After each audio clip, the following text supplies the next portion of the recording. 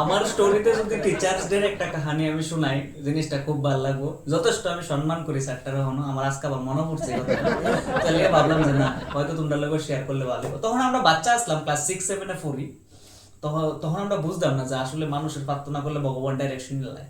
তো তাইনের কি আসতো এটা জানি না, কিন্তু হেবড়া আমরা ক্লাসের মধ্যে 60 জন মানুষ আসলাম। হেবড়া ডেইলি আইতো, যখন ভ্যাকেশনটা দিব এরা একটা দেশের আইতো, আয়াসের একটা কথাই কইতো, তোমরা আমার লেগে প্রার্থনা করো যাতে স্যার যাতে বালা থাকে। তোমরা যখন ক্লাস ছুটির পরে ভ্যাকেশনের পর আইবা, তোমরা যাতে এমন অবস্থা হয় যে স্যারের যাতে একদম সুস্থ সবল দেহ, তোমরা প্রার্থনা করো।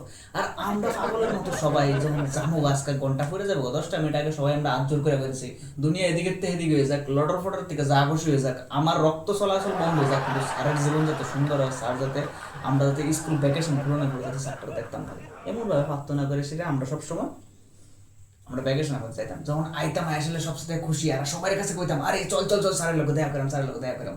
যখন জিনিসটা 9-10 উঠছে তখন বুঝছি মানুষটা খুব বাউতাবাস, মানুষটা খুব বাউতাবাস। মানুষটা বুঝতো যে কেমনে জোর করে সেটা পারতো না লোহন যায়। আর যখন আমি নতুন নতুন ভাবে স্কুলের ভিতরে গেছিলাম, আমার মনের ভিতরে এত ডর ঢুকাইছে।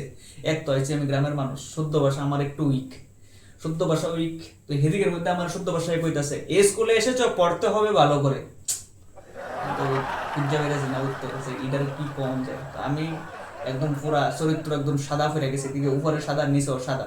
তো আমি গেছি হ্যাঁ স্যার পড়তে তো হবেই, কারণ আমি এখন টাউন স্কুলে এসেছি, এমনই একটা উত্তর করেছিলাম।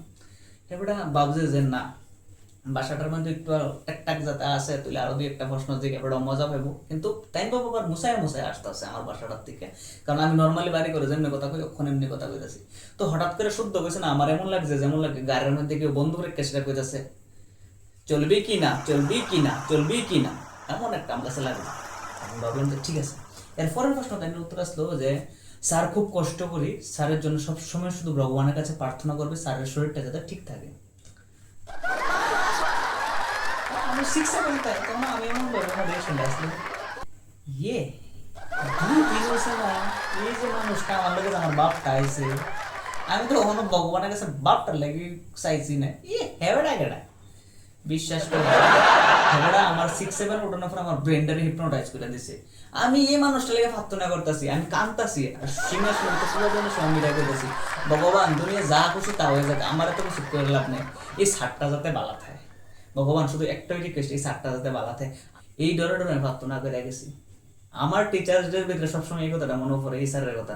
আমি আজকেও কই স্যার যেন ভালো থাকে, প্রার্থনা করে রাখে।